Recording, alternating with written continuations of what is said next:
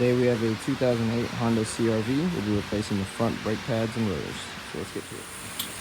So to replace the brakes and rotors here, first thing we'll do with a 19mm socket and impact, remove the wheel, obviously. And then we're going to go ahead and come over here, take this cap off. And with a number 10 wrench, we're just going to break this valve here. Alright. And now with, I believe it is a number 14 socket, we're going to go ahead and remove the caliper here and get the little brake pads out, as well as reset this caliper. So I've removed my two 14mm bolts. Go ahead and just slide this off. And then we're going to use our caliper tool to reset those there, pushing those pistons back. But throw it to the side for now.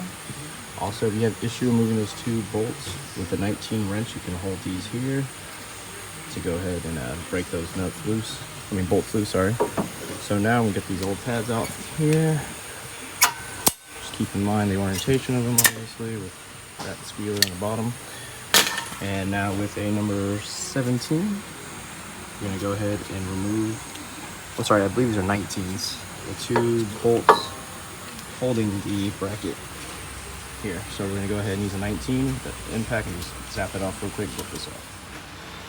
So I've gone ahead and reset the caliper here. You can see the pistons are back in, just using a double piston brake caliper tool, leading it through there.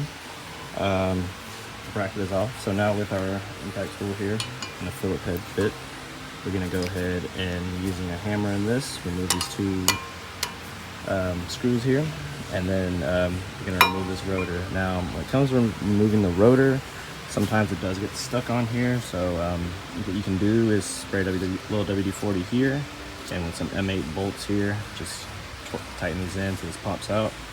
Or since we're going to be replacing it, just beat the back of it with a hammer and get this removed. So you get this off and get a new one ready to install.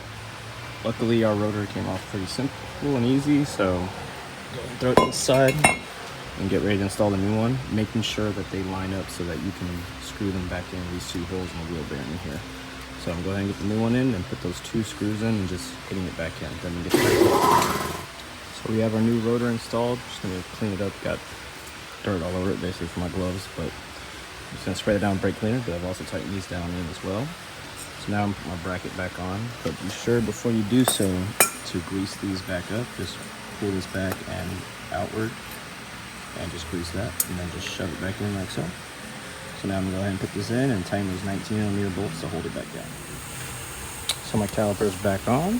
Throw the brake pads in here as well, so you can see it fits right in. Basically only goes one way with the squealer on the bottom on this end. So now I'm gonna throw the caliper back on, tighten it all down, and we'll almost be done. Alright y'all, so our caliper is back in place now. Everything is reinstalled. Now all I'm gonna do now is have someone pump the brakes so I can bleed it here. Obviously, smart asses probably won't do that, but I like to make sure there's no air in the line at all, and then just top off the brake fluid. So that's all you gotta do and you're done. So thanks for watching out. Please like, subscribe, more videos to come.